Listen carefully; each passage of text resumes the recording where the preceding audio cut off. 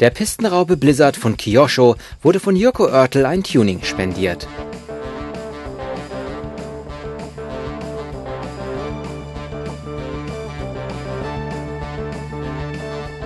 Das Räumschild ist mit einem Alu-Querlenker gesichert und gibt dem 1:12er Modell einen tollen Look.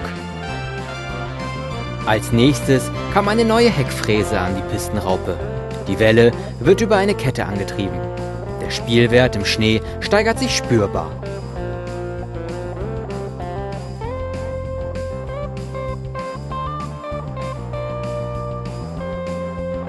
Das Hebeservo schaltet beim Absenken gleichzeitig die Fräswelle ein.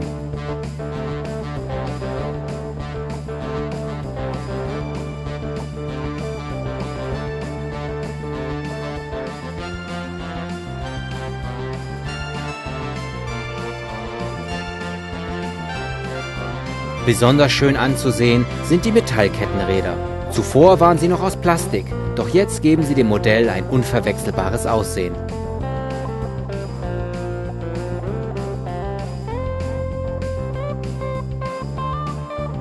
Die geräumige Empfängerbox bietet genügend Platz für 2 Fahrregler, 6 Kanalempfänger, Kabel und Lauflichtplatine.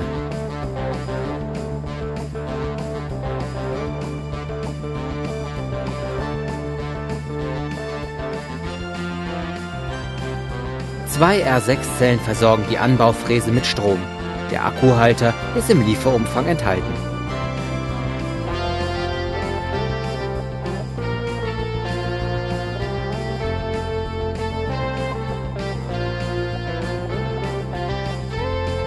Der Blizzard schafft eine Menge Schnee weg und hinterlässt eine gleichmäßige Piste.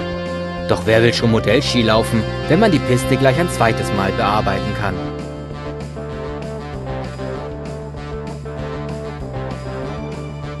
Trotz allem handelt es sich um ein Modell, das keinem Original-Scale nachempfunden ist. So nahm sich Jirko Oertel viel Freiheit beim Anbau der LED an der Fahrerkabine.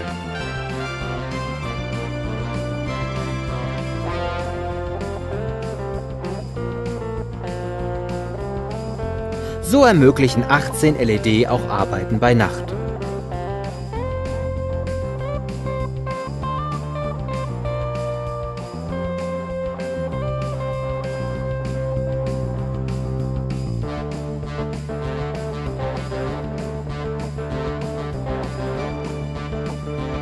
Im Dunkel ist im Hintergrund das Original zu erahnen.